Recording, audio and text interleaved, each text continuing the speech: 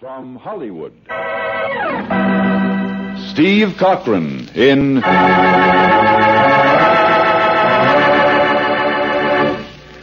The Unexpected. The Unexpected. The Unexpected. Life is filled with the unexpected. Romantic, tragic, and mysterious endings to our most ordinary actions. Dreams come true, or dreams are shattered by sudden twists of fate in The Unexpected.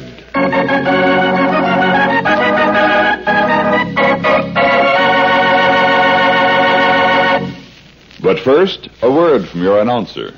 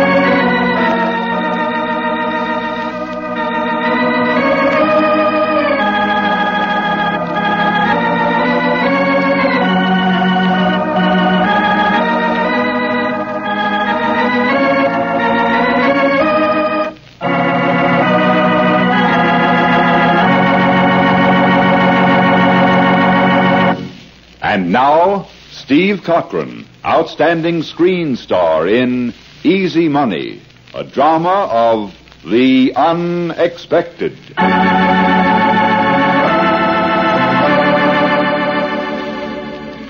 I pulled the bills out of my wallet and added my pocket change.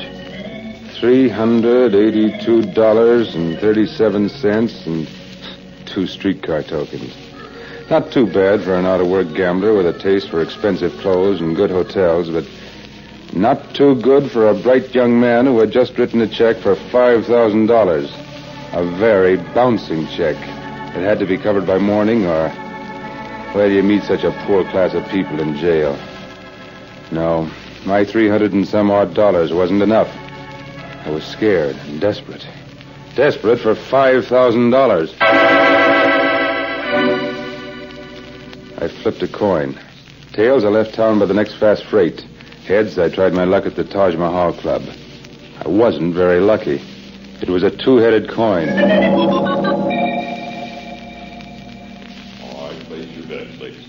The Taj Mahal Club was some Muslim's dream of paradise, with all the pleasures of the infernal regions thrown in. The harem beauty who took my hat looked as if she'd stepped right out of the Arabian Nights. Long black hair floated over bronzed, bare shoulders. She was wearing something filmy and clinging. There was just enough of it. Yeah, she seemed to be the real East Indian article, but her voice was pure USA. Okay, big boy. You can go in and play now. You won't lose your hat. Meaning? Meaning nothing. Except that it'll be here when you leave. And you? Me? Oh, I'm always around. When they come and when they go. I just work here. I see. Yeah. The only trouble is they don't tip until they go, and then it's usually too late. That isn't commercial, but money isn't everything. It is to me, baby. Tonight. Really? Well, under those circumstances, good luck. Thanks. I'll need it. You'll need more than that in the Taj Mahal. Here's your check. She smiled and her lipstick seemed to glow in the greenish light. But I had some heavy gambling to do, so I put on a pair of mental blinders and headed for the tables. She put her fingers to her mouth and blew a kiss in my direction. I didn't know whether it was for luck or hope, but either way, it was a nice idea.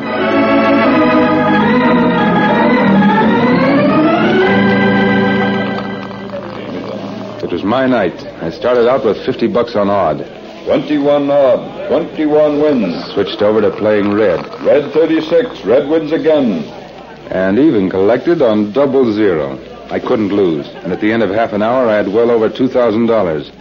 My winnings were all resting on red, and I was about to push him over to the black section when my eyes happened to wander past a blue-lit fountain into an archway. He was standing there, a broad man in a gray suit squatting against the pillar, twirling a heavy keychain. I couldn't remember his name, not quite, or where I'd met him. But I knew that face. I knew that it was a face of trouble. He was chatting with a heavy-lidded princess from the check stand, and even she seemed a little afraid of him. Suddenly, a familiar sound brought me out of my trance. Too late. The little iron ball went round and round, came to a neat stop. The black 13. 13 black, ladies and gentlemen. 13 black. I reached down to collect my money and then realized I hadn't changed my bet. My dough had been on red. My winnings were wiped out. I was right back where I started from, behind the 8 ball. So I was about to take a chance on number 8 when the long red nails caught my hand and I heard that voice again. Better try 23. Oh. Hello. I said 23. What have I got to lose? Closing the play. No more bets. Okay. 23 it is. See? What did I tell you? 23. Thanks. 23 on the I'll red. let it ride. Pick it up. You don't have to play every round, do you? Anything you say. You're doing pretty well, Richard. Sorry, wrong name. Well, that RC in your hat must stand for something. Oh, no, it wouldn't be Roland. No, it's Ralph. Ralph Carstairs. Ralph, that's nice. I'm glad it isn't Roland. So am I. I'm Linda Lee. Do you mind? Why should I? I like the name Linda. It suits you. Thanks. Look, Ralph, why don't you get out of here while you still have some money? I don't have enough, baby. Not yet. Not by half. Yes, you won't get it tonight. Not in the Taj Mahal. Is that what our chubby friend told you to inform me? Maybe. Maybe it was my own idea. Who is he, anyway? Manager. I work here, remember? Why remind me? I'd almost forgotten. Thanks. You know, I think I could get off early. Yeah? Yeah. We could take a drive. Now, look, you delivered your message. Go on and sell your flowers and forget about it. You're a sweet girl, Linda, but I can't pay bills with that. Okay. Whatever you say. It was just a tip. Yeah, thanks for trying. It's all right. I get paid for it. Well, wish me luck. What's the use? It wouldn't do you any good. Too bad, though. I really meant it about that drive. It was such a nice night for a ride in the country.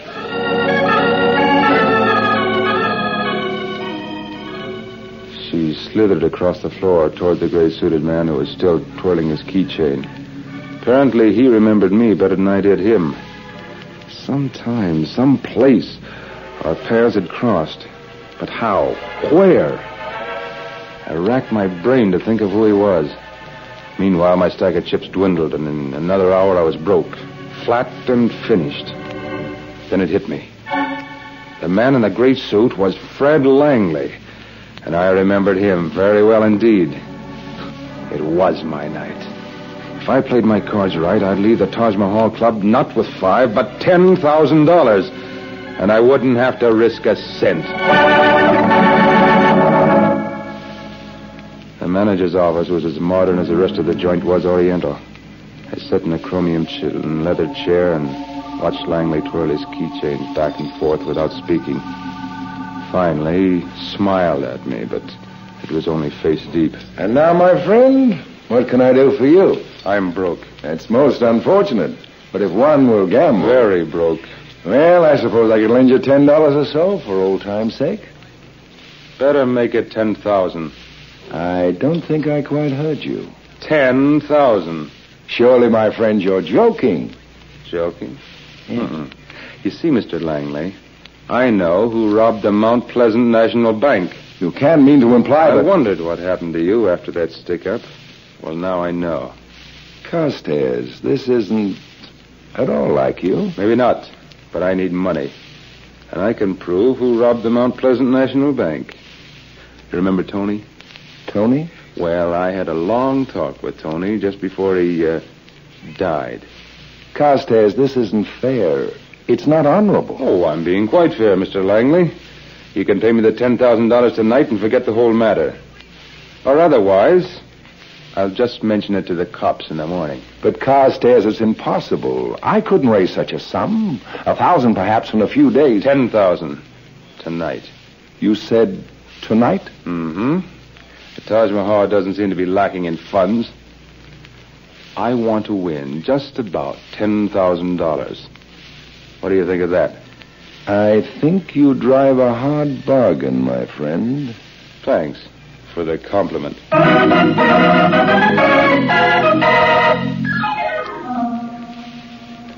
I walked down the ornate Moorish staircase. I had made a killing. I could pay back the $5,000 and have another $5,000 for myself. And the beautiful part about it was that it was all so easy. So very easy.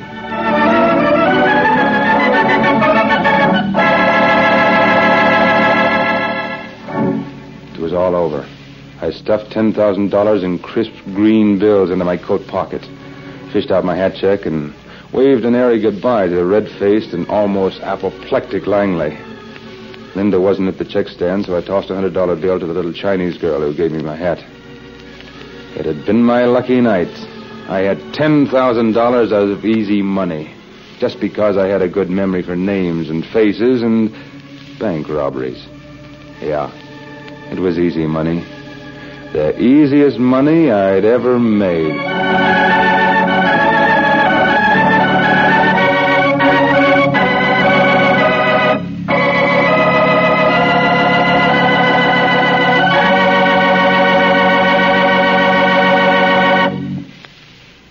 You think the story is over, don't you? But wait. Fate takes a hand.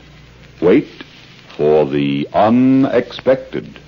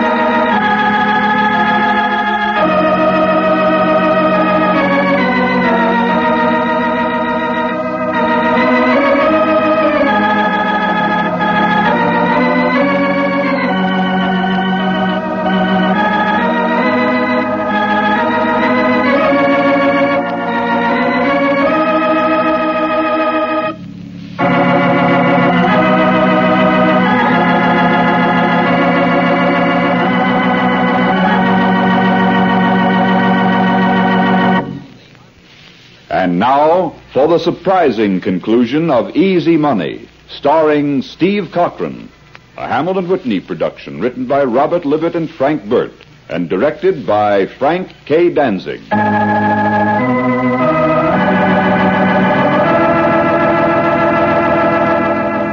I was waiting in line at the bank when it opened next morning. My hand trembled just a little as I wrote out the deposit slip for $10,000 in cash.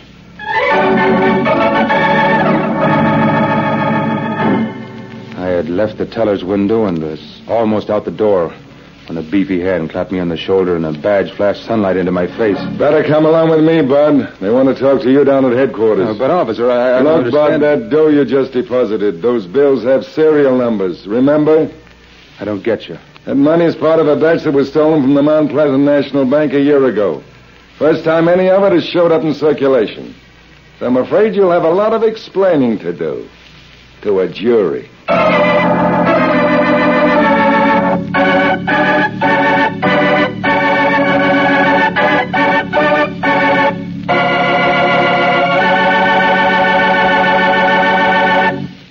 Easy Money starred Steve Cochran. Listen soon for another of your favorite motion picture stars in a drama of the unexpected.